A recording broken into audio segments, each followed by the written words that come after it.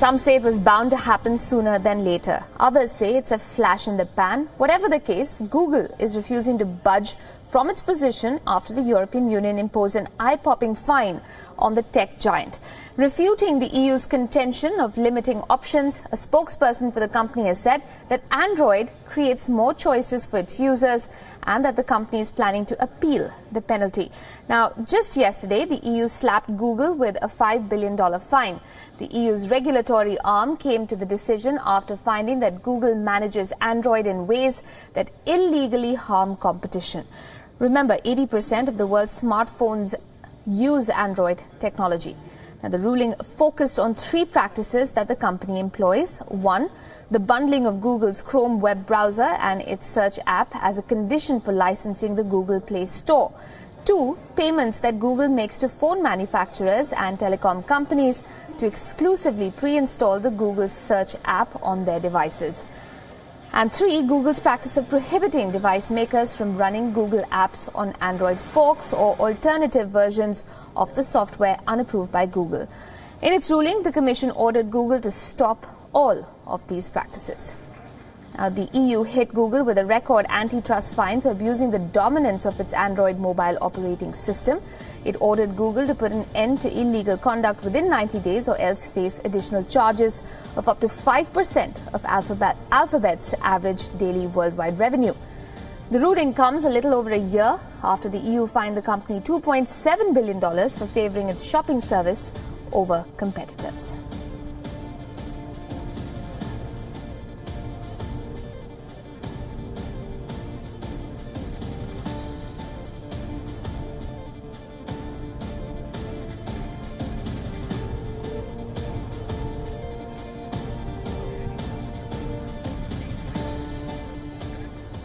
This, of course, has set off quite a storm of words. US President Donald Trump has lashed out after Brussels hit the US tech giant Google with a record fine.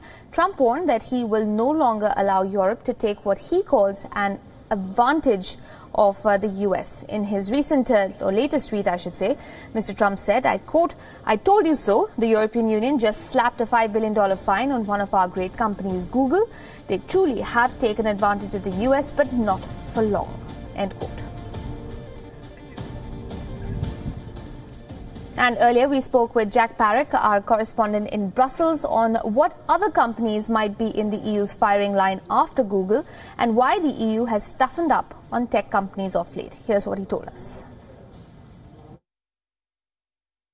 Simply put, it's high turnover companies, big tech giants, market dominance for many of them, and so the European Union goes for the big bucks, which is what you'd expect. Perhaps smaller competition cases don't matter so much for the wider set of consumers. Now, the European Commissioner for Competition, Margrethe Vestager, says that she just follows the letter of the law when it comes to these cases, that she has no anti-US bias, as some have claimed. Interestingly, a delegation from Brussels is heading to the US to be hosted by US President Donald Trump at the White House. The EU delegation will include the President of the European Commission, Jean-Claude Juncker, the Trade Commissioner and a number of others.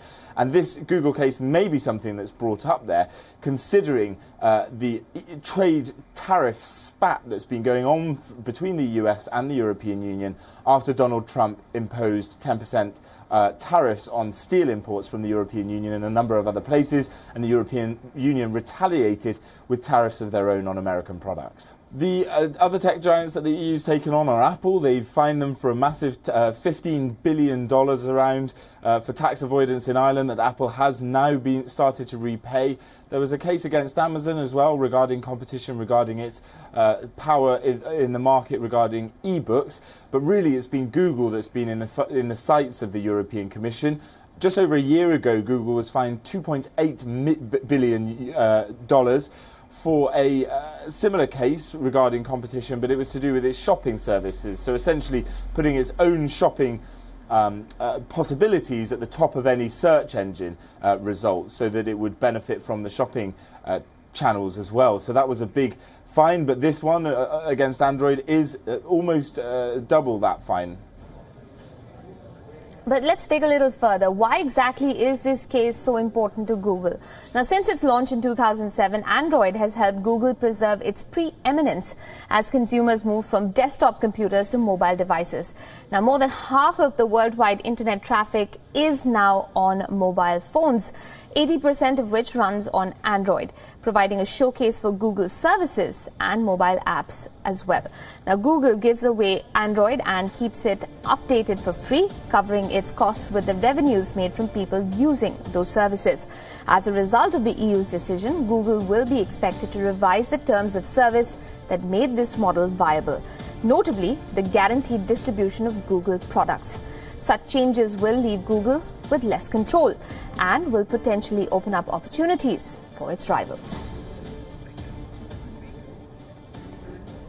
I suppose the question at this point is, does Google have any wiggle room after the EU's diktat? If the appeal does not go through, Google will pay the fine and has 90 days to decide how to change its Android contracts to remove illegal provisions. The Commission will ultimately review whether the company's solution complies with its ruling or not. If the changes fall short, Google's parent company, that's Alphabet, could be liable for further fines of up to 5% of daily revenue. It's too early to tell how Android will change in Europe or beyond. Google might start to change a license fee to cover its, or rather charge a license fee to cover its software costs, and device suppliers might be given more freedom to develop their own versions of Android. Google could even mimic Apple and keep Android for use only in its own Pixel phones, although any changes are unlikely to be noticed by users for many months to come.